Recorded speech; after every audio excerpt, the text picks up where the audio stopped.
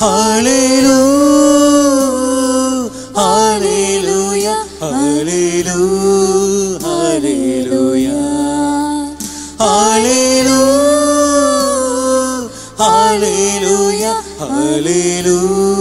ஹalleluya. ஆண்டவர் உங்களோடு இருப்பாராக. உம் ஆன்மாவோடும் இருப்பாராக. லூக்கா எழுதிய நற்செய்தியிலிருந்து வாசகம்.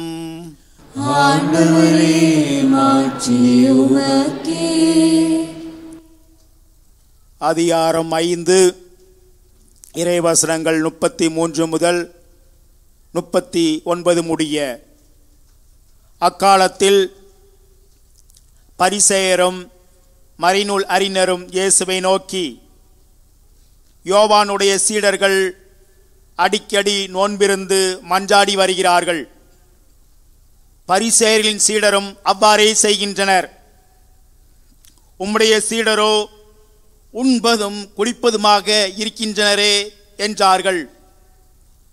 இயேசு அவர்களை நோக்கி, மணமகன் மன விருந்தினர்களோடு இருக்கும் வரை அவர்களை நோன்பிருக்க செய்யலாமா? ஆனால் மணமகன் அவர்களை விட்டு பிரிய வேண்டிய காலம் வரும், அப்போது அவர்களும் நோன்பிருப்பார்கள் என்றார். அவர் அவர்களுக்கு ஒரு ஓமையையும் கூறினார். எவரும் புதிய ஆடையிலிருந்து ஒரு துண்டை கிழித்து அதை பழைய ஆடையோடு ஒட்டு போடுவதில்லை.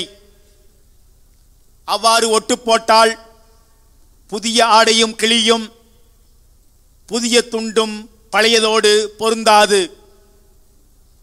அதுபோல பழைய தோற்பைகளில் எவரும் புதிய திராட்சை மதுவை ஊற்றி வைப்பதில்லை. ஊற்றி வைத்தால் புதிய மது தோற்பைகளை வெடிக்கச் செய்யும், மதுவும் சிந்தி போகும், தோற்பைகளும் பாழாகும். புதிய மதுவை புதிய தோற்பைகளில்தான் ஊற்றி வைக்க வேண்டும். பழைய திராட்சை மதுவை குடித்தவர் எவரும் புதியதை விரும்ப மாட்டார், ஏனெனில் பழையதே நல்லது என்பது அவர் கருத்து.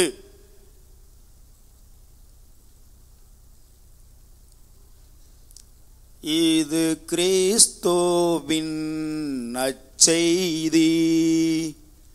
கிறிஸ்துவே உமக்கு புகழ்.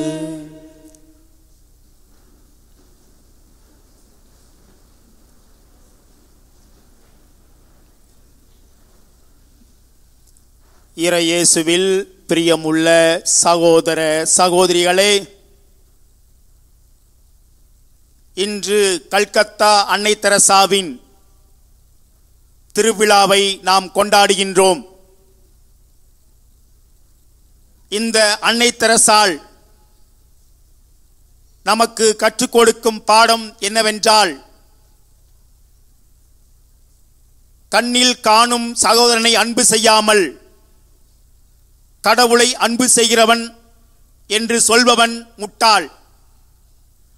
அன்னை தெரசாள் இந்த உலகில் வாழ்ந்தபோது கண்ணில் கண்ட சகோதர சகோதரிகளை, ஏழை எளிய மக்களை, நோயாளிகளை, முதியவர்களை, தேவையில் உள்ளவர்களை தேடிச் சென்று அன்பு செய்தார். இதன் மூலம் அவர் கடவுளை அன்பு செய்தார். ஆதலால் இவர் விண்ணகத்திலே இன்று வீற்றிருக்கிறார், கடவுளோடு இருக்கிறார், நமக்காக ஜெபித்துக் கொண்டிருக்கிறார், நமக்காக பரிந்து பேசுகிறார். இவருடைய வாழ்வு நமக்கு கற்பிப்பது, நாம் கண்ணில் காணும் சகோதர சகோதரனை அன்பு செய்ய வேண்டும். அவ்வாறு செய்தால் நாம் கடவுளை அடைய முடியும். அன்னை தெரசாளை போல விண்ணக வீட்டிலே இடம்பெற முடியும். அன்னை தெரசாள் இந்த உலகத்திலே வாழ்ந்தபோது சாகும் தருவாயில் உள்ள ஒரு முதியவருக்கு விலை மதிப்பற்ற ஒரு மருந்தை கொடுக்கிறார். அப்பொழுது மருத்துவர் அவரை பார்த்து கேட்கின்றார், அன்னையே, இன்னும் சிறிது நேரத்தில் இந்த மனிதர் இறக்கப் போகிறார், எதற்காக விலை உயர்ந்த மருந்தை இவருக்கு கொடுத்து பணத்தை வீணாக்க வேண்டும் என்று கேட்கிறார். அப்பொழுது அன்னை தெரசால் சொல்லுகிறார், இறக்கும் போதாவது இந்த மனிதர் கடவுளின் அன்பை சுவைத்துவிட்டு இறக்கட்டும் என்று சொல்லுகிறார். அப்பொழுது அந்த முதியவர் அன்னையின் கரங்களை பற்றி கொண்டு இறுக பிடித்துக்கொண்டு, அம்மா, இது கடவுளின் கரம்தானா என்று பார்க்கிறேன் என்று சொன்னாராம். அன்புக்குரிய சகோதர சகோதரிகளே, இந்த உலகத்திலே நோயாளிகள், தேவையில் இருக்கின்ற மனிதர்கள், ஏழை எளிய மக்கள் நம்முடைய கரங்களை கடவுளின் கரங்களாக பார்க்க வேண்டும். கடவுளின் கரங்கள் அன்பு செய்யக்கூடியவை. ஆராதனை செய்யும் கரங்களை விட அன்பு செய்யும் கரங்களே உயர்ந்தவை. இந்த உலகில் வாழும் மக்கள் நம்முடைய கரங்களை கடவுளின் கரங்களாக பார்க்க வேண்டும். கடவுளின் கரங்கள் ஆற்றல் மிக்கவை, அற்புதங்களை செய்யக்கூடியவை. நம்முடைய கரங்களும் அன்பு செயல்களை செய்து கடவுளின் கரங்களைப் போல ஆற்றல் மிகுந்த கரங்களாக மாற வேண்டும். அன்பின் பணியாளர்களாக, அன்பின் சாட்சிகளாக, நற்செய்தியின் தூதுவர்களாக நாம் அனைவரும் வாழ வேண்டும் என்று அன்னை தெரசால் நமக்கு கற்றுத்தருகிறார். இன்று நற்செய்தியில் நாம் வாசிக்க கேட்டோம், நாம் அனைவரும் நோன்பிருக்க வேண்டும். நம்முடைய பாவங்களுக்காக, குற்றங்களுக்காக, குறைகளுக்காக கடவுளின் அன்பை பெற நாம் நோன்பிருக்க வேண்டும். விவிலியத்தில் 3 விதமான மரங்களை பார்க்கிறோம். முதல் மரம் ஆதாமின் மரம். தொடக்க நூலிலே நாம் காண்கின்ற அந்த விலக்கப்பட்ட மரம். கடவுள் ஆதாம் ஏவாளுக்கு சொல்லியிருந்தார், நீங்கள் இன்ப வனத்தில் உள்ள எல்லா மரத்தின் கனிகளையும் உண்ணலாம், ஆனால் விலக்கப்பட்ட மரத்தின் கனியை உண்டால் நீங்கள் சாவீர்கள், வாழ மாட்டீர்கள் என்று எச்சரிக்கை கொடுக்கின்றார். இந்த ஆதாமின் மரம் மிகவும் அழகான மரம், கவர்ச்சியான மரம், கண்ணை பறிக்கக்கூடிய மரம், மனிதனை பாவத்தில் வீழ்த்துகின்ற மரம். மனிதனை வீழ்த்துகின்ற மரம் இந்த ஆதாமின் மரம். அந்த விலக்கப்பட்ட மரத்தின் கனியை பார்த்த ஆதாமும் ஏவாளும் அந்த மரத்தின் கனிகளால் கவரப்பட்டு அந்த கனியை தின்றார்கள், பாவத்திலே வீழ்ந்தார்கள். ஆதாமின் மரம் மனிதனை வீழ்த்துகின்ற மரமாக இருக்கிறது. இரண்டாவது மரம் லூக்காஸ் நற்செய்தியிலே 19வது அதிகாரத்திலே நாம் வாசிக்கின்றோம், சக்கேயுவின் மரம். இது மனிதன் தான் யார் என்பதை உணர்த்துகின்ற மரம். அந்த அத்திமரத்தின் மீது அமர்ந்திருந்த சக்கேயு தான் யார் என்பதை உணர்ந்து கொண்டான். அந்த மரம் சக்கேயு யார் என்பதை உணர்த்துகிறது. அந்த அத்திமரத்தின் மீது அமர்ந்திருந்த சக்கேயு, நான் பாவி, கடவுளின் மன்னிப்பை பெற வேண்டும், கடவுளுடைய அன்பை பெற வேண்டும், நான் கடவுளை விட்டு தொலைவில் பாவத்தால் அவரை விட்டு பிரிந்து வாழ்ந்து கொண்டிருக்கிறேன், கடவுளை நோக்கி நான் செல்ல வேண்டும் என்று அந்த மரம் அவனுக்கு உணர்த்துகிறது.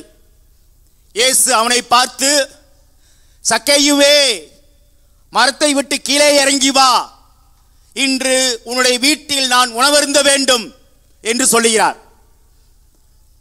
அப்போது சக்கேயு அந்த மரத்தை விட்டு கீழே இறங்கிறான். சக்கேயு அந்த மரத்தை மட்டும் கீழே இறங்கவில்லை, மாறாக ஆணவம் என்னும் மரத்தை விட்டு, ஆணவம் என்னும் மலையை விட்டு அந்த சக்கேயு கீழே இறங்குகிறான். தன்னுடைய நிலையை உணர்ந்தவனாக அவன் அந்த மரத்தை விட்டு கீழே இறங்குகிறான். அப்பொழுது ஆண்டவர் இயேசு அவனோடு உணவருந்துகிறார். சக்கையை பார்த்து சொல்லுகிறார், இன்று இந்த வீட்டிற்கு மீட்பு உண்டாயிற்று, இவனும் ஆபிரகாமின் மகன்தானே என்று சொல்லுகிறார். காரணம், சக்கேயு தன்னுடைய வாழ்க்கையிலே மாற்றத்தை ஏற்படுத்துகிறார். ஆண்டவரே, நான் யாரையாவது ஏமாற்றி இருந்தால் 4 மடங்காக திருப்பி கொடுத்து விடுகிறேன் என்று சொல்லி மாற்றத்தை அந்த சக்கேயு ஏற்படுத்துகிறார். நம்முடைய வாழ்க்கையிலே அந்த சக்கேயுவை போல நம்முடைய பாவ நிலையை உணர்ந்து பாவம் என்னும் மரங்களை விட்டு கீழே இறங்கி மனமாற்றம் பெற வேண்டும். அப்போதுதான் இயேசு ஆண்டவர் நம்மை பார்த்து சொல்லுவார், இன்று இந்த தியான இல்லத்திற்கு வந்திருக்கின்ற இந்த சகோதர சகோதரிகளுக்கு மீட்பு உண்டாயிற்று, காரணம் இவர்களும் ஆபிரகாமின் மக்கள் தானே. இரண்டாவது மரம் தன்னுடைய நிலையை உணர்த்துகின்ற மரமாக இருக்கிறது. மூன்றாவது மரம் மனிதனை உயர்த்துகின்ற மரம், அது இயேசுவின் சிலுவை மரம். முதல் மரம் மனிதனை வீழ்த்துகின்ற மரம், தொடக்க நூலிலே அந்த மரத்தை நாம் பார்க்கிறோம். இரண்டாவது மரம் தன்னுடைய நிலையை உணர்த்துகின்ற மரம், சக்கேயு அமர்ந்திருந்த அத்தி மரம். மூன்றாவது மரம் மனிதனை உயர்த்துகின்ற மரம், மண்ணகத்திலிருந்து விண்ணகத்தை நோக்கி உயர்த்துகின்ற மரம், பாதாளத்திலிருந்து பரலோகத்தை நோக்கி உயர்த்துகின்ற மரம். இயேசுவின் சிலுவை மரம்தான் அந்த மரம். இயேசு தன்னுடைய சிலுவை சாவியினால், சிலுவை மரத்தால் நம் அனைவரையும் உயர்த்தி இருக்கிறார், விண்ணகத்துக்கு உயர்த்தி இருக்கிறார். இயேசு சீடர்களை பார்த்து சொல்லுகிறார், நான் என் தந்தையிடம் செல்லுகிறேன், அங்கே அறைகள் பல உள்ளன, அவைகளை உங்களுக்காக ஏற்பாடு செய்ய போகிறேன், அவற்றை ஏற்பாடு செய்துவிட்டு வந்து பிறகு உங்களையும் என்னோடு அழைத்துக் கொள்வேன் என்று சொல்லுகிறார். இவ்வாறு இயேசுவின் சிலுவை மரத்தால் நாம் அனைவரும் உயர்த்தப்பட்டிருக்கிறோம், மீட்கப்பட்டிருக்கிறோம். மண்ணகத்திலிருந்து விண்ணகத்திற்கு நாம் கடந்து சென்றிருக்கிறோம். மண்ணகத்திலிருந்து விண்ணகத்திற்கு செல்லும் வழியை ஆண்டவர் இயேசு நமக்கு காட்டியிருக்கிறார். மனித வாழ்க்கையிலே, நம்முடைய கிறிஸ்துவ வாழ்க்கையிலே மரணங்கள் அல்லது இறப்பு 2 வகைப்படுகிறது. முதல் வகையான இறப்பு உடலை விட்டு உயிர் பிரிவது இறப்பு, உடல் சார்ந்த இறப்பு. நாம் இந்த உலகத்திலே வாழ்கிறோம், வாழ்ந்துவிட்டு இறக்கும் போது நம்முடைய உடலை விட்டு உயிர் பிரிகிறது, அது உடல் சார்ந்த இறப்பு. அவ்வாறு இறந்த பிறகு நம்முடைய உடல் இந்த மண்ணுக்குள் செல்லுகிறது, நம்முடைய ஆன்மா பரலோகத்திற்கு செல்லுகிறது. இது உடல் சார்ந்த இறப்பு. இரண்டாவது இறப்பு ஆன்மீக இறப்பு, கடவுளை விட்டு பிரிவது மரணம். நாம் உயிர் வாழ்ந்து கொண்டிருந்தாலும், உயிரோடு இருந்தாலும், சுவாசித்துக் கொண்டிருந்தாலும், நம்முடைய பாவங்களினால், பலவீனங்களினால் கடவுளுக்கு எதிராக பாவங்களை செய்து கடவுளை விட்டு பிரியும் போது ஆன்மீக அளவிலே நாம் இறந்து விடுகிறோம். அவ்வாறு ஆன்மீக மரணத்தை தழுவிய நாம் ஆவியில் மீண்டும் பிறந்து, இயேசு நிக்கோதேமை பார்த்து சொல்கிறார், ஒருவர் மீண்டும் பிறக்க வேண்டும், ஆவியில் பிறக்க வேண்டும். இவ்வாறு நாம் கடவுளை விட்டு பிரிந்து மரணத்தை தழுவுகின்ற போது ஆவியானவர் நம்முடைய மனச்சான்றின் வழியாக, நீ கடவுளின் அன்பை இழந்திருக்கிறாய், கடவுளின் மன்னிப்பை பெற வேண்டும், கடவுளின் மன்னிப்பை பெறுகின்ற போது கடவுளின் அருளை பெற்றுக்கொள்வாய், ஒப்புரவு அருட்சாதனத்தின் வழியாக நீ கடவுளின் மன்னிப்பை பெற முடியும் என்று ஆவியானவர் நம்முடைய மனச்சான்றின் வழியாக நமக்கு சுட்டிக்காட்டுகிறார். நாம் அந்த பாவத்திலிருந்து விடுதலை பெறும்போது ஆவியில் மீண்டும் பிறக்கின்றோம். ஆன்மீக மரணத்தை தழுவியிருந்த நாம் மீண்டும் ஆவியிலே பிறந்து நல்ல மனிதர்களாக மாற வாய்ப்பை பெறுகின்றோம். இன்றைய நற்செய்தியில் நாம் வாசிக்க கேட்டோம். ஆண்டவர் இயேசு சொல்லுகிறார், மணமகன் இருக்கும்போது நோன்பிருக்க தேவையில்லை, மணமகன் இல்லாத போது அவர்கள் நோன்பிருப்பார்கள். நம்ம வீட்டில் நம்ம அப்பா அம்மா உயிரோடு இருக்கிறப்போ, தாத்தா பாட்டி உயிரோடு இருக்கிறப்போ அவங்களுக்காக நம்ம கவலைப்பட தேவையில்லை, கண்ணீர் சிந்த தேவையில்லை, நோன்பிருக்க தேவையில்லை, சந்தோஷமாக இருக்கலாம். அவங்க என்னைக்கு இறக்குறாங்களோ அன்னைக்குத்தான் நம்ம அவங்களுக்காக கண்ணீர் சிந்தணும், கவலைப்படணும், அவங்களுக்காக ஜெபிக்கணும். அதை போல இயேசு சொல்லுகிறார், மணமகன் இருக்கும்போது நாம் நோன்பிருக்க தேவையில்லை. இயேசு ஆண்டவர் நம்மோடு இருக்கின்ற போது நமக்கு நோன்பு தேவையில்லை. உண்ணாவிரதம், சுத்தபோசனம், எந்த இதுவுமே தேவையில்லை. காரணம், கடவுள் நம்மோடு இருக்கிறார், நாம் மகிழ்ச்சியாக இருக்கிறோம், கடவுளுடைய அன்பிலே வாழ்ந்து கொண்டிருக்கிறோம், வளர்ந்து கொண்டிருக்கிறோம். கடவுள் நம்மோடு இருக்கும்போது நமக்கு கண்ணீர் இல்லை, கவலை இல்லை, துன்பம் இல்லை. இந்த உலகத்தில் எந்த தீய சக்தியும் நம்மை தீண்டாது. கடவுள் நம்மோடு இருக்கின்ற போது. கடவுள் நம்மோடு இல்லாத போது நாம் நோன்பிருக்க வேண்டும். நம்முடைய வாழ்க்கையில பெரும்பாலான நேரங்களில் கடவுள் நம்மோடு இருக்கிறது இல்லை. 99% கடவுள் நம்மோடு இருப்பதில்லை. காரணம் என்னன்னா, நம்மெல்லாம் கடவுளுக்கு எதிராக பாவம் செய்கிறோம், கடவுளை விட்டு பிரிஞ்சு போயிடுறோம், கடவுளுடைய கட்டளைகளை கடைபிடிக்கிறது இல்லை, ஏழை எளிய மக்களை அன்பு செய்யறதில்லை.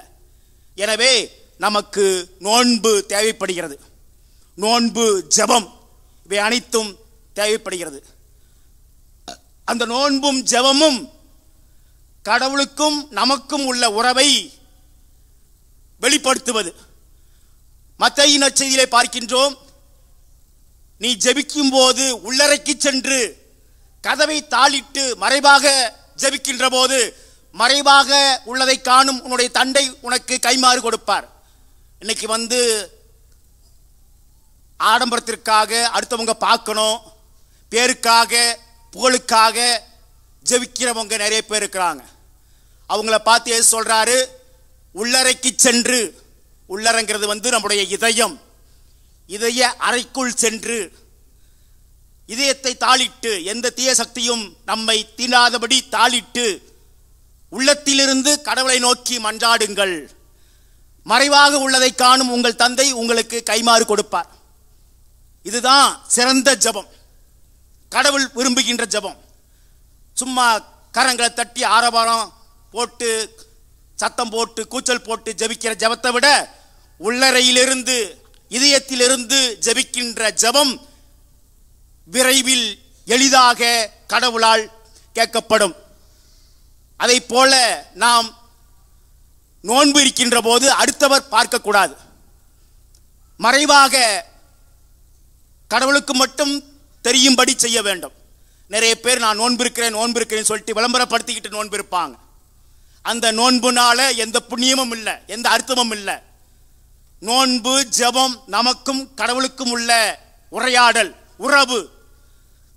நாம் நம்முடைய ஜெபத்தை, நோன்பை, தவத்தை வெளிப்படுத்துகின்ற போது கடவுள் மட்டுமே அதை புரிந்து கொள்ள வேண்டும், அறிய வேண்டும். ஊருக்காக, உலகத்துக்காக செஞ்சோம்னா அது விளம்பரமாகுது. இந்த உலகத்தில் விளம்பரப்படுத்திட்டோம்னா விண்ணகத்தில் நமக்கு கைமாறு கிடைக்காது. இந்த உலகத்தில் பேரும் புகழும் கிடைக்கும்னு நிறைய பேர் ஆசைப்படுறாங்க. அப்ப கடவுள் சொல்றாரு, நீங்கள் விண்ணகத்தில் உங்கள் பெயர் எழுதப்பட்டிருக்கிறது என்று நீங்கள் மகிழ்ச்சி அடையுங்கள். நிறைய பேர் இந்த உலகத்தில் சொத்து சேர்க்கணும் அப்படின்னு நினைக்கிறாங்க. இயேசு சொல்றாரு, ஒரே நேரத்தில் நீங்கள் செல்வத்திற்கும் கடவுளுக்கும் ஊழியம் செய்ய முடியாது. நீங்கள் இந்த மண்ணுலகில் செல்வம் சேர்க்க வேண்டாம், அங்கே பூச்சியும் துருவும் அழித்துவிடும், திருடரும் கண்ணமிட்டு திருடுவர். மாறாக உங்கள் செல்வங்களை விண்ணகத்தில் சேமித்து வையுங்கள். அங்கே பூச்சியோ துருவோ அழிப்பதில்லை, திருடரும் கண்ணமிட்டு திருடுவதில்லை. இந்த உலகத்தில் நம்ம எல்லாரும் உலகத்தோட நம்ம ஐக்கியமாயிடுறோம். உலக செல்வங்களோடு இன்பங்களோடு நம்ம ஐக்கியமாயிடுறோம். அதனால கடவுளை விட்டு பிரிஞ்சு போயிடுறோம். இந்த உலக செல்வங்கள், உலக வாழ்க்கை நிலையான அமைதியை, நிலையான வாழ்வை கொடுக்க முடியாது. ஆண்டவர் இயேசு உயிர்த்த பிறகு மகதலேன் மரியாளுக்கு காட்சி கொடுக்கிறார். அப்பொழுது மகதலேன் மரியாள் ஆண்டவர் இயேசுவை கட்டி தழுவ வேண்டும் என்று நினைக்கிறார். அப்பொழுது இயேசு அவரை பார்த்து சொல்கிறார், மரியே, என்னை பற்றி கொள்ளாதே, நான் தந்தையிடம் இன்னும் செல்லவில்லை. நான் என்னதான் இந்த மண்ணகத்தில் பிறந்து வாழ்ந்திருந்தாலும் இந்த மண்ணகத்திற்கு சொந்தமானவன் அல்ல, மாறாக என் தந்தைக்கு விண்ணகத்திற்கு சொந்தமானவன். அதை போல இந்த உலகத்திலே நாம் பிறந்து வாழ்ந்தாலும் இந்த உலகத்திற்கு நாம் சொந்தக்காரர்கள் அல்ல, விண்ணக வீட்டிற்கு சொந்தக்காரர்கள். நமக்கு நிலையான மகிழ்ச்சியான வாழ்வை தரக்கூடிய வீடு விண்ணகத்தில் இருக்கிறது. அந்த வீட்டை நோக்கி நாம் அனைவரும் பயணம் செய்ய வேண்டும். அன்புக்குரிய சகோதர சகோதரிகளே, நம்முடைய ஜெபமும் தான தர்மமும் பக்தி முயற்சியும் அறச்செயல்களும் கடவுளுக்கு மகிழ்ச்சியை கொடுக்க வேண்டும். அதை பார்த்து கடவுள் நம்முடைய வாழ்வை மேன்மைப்படுத்துவார், நமக்கு தேவையான வரங்களை கொடுப்பார். எனவே இந்த நாளிலே பல்வேறு தேவைகளோடு இந்த தியான இல்லத்தை நோக்கி வந்திருக்கின்றீர்கள். பல்வேறு தேவைகளோடு இறைவனை நோக்கி வந்திருக்கின்றீர்கள். உங்கள் கவலைகள் அனைத்தும் துடைக்கப்பட வேண்டும், உங்கள் கண்ணீர் அகற்றப்பட வேண்டும். இறைவன் தருகின்ற அருள் வாழ்வையும் பொருள் வாழ்வையும் நீங்கள் நிலையாக பெற்று ஒரு அமைதியான அருள் வாழ்வை வாழ வேண்டும் என்று தொடர்ந்து அருள் வேண்டி இந்த திருப்பலியில் மன்றாடுவோம். ஆமென்.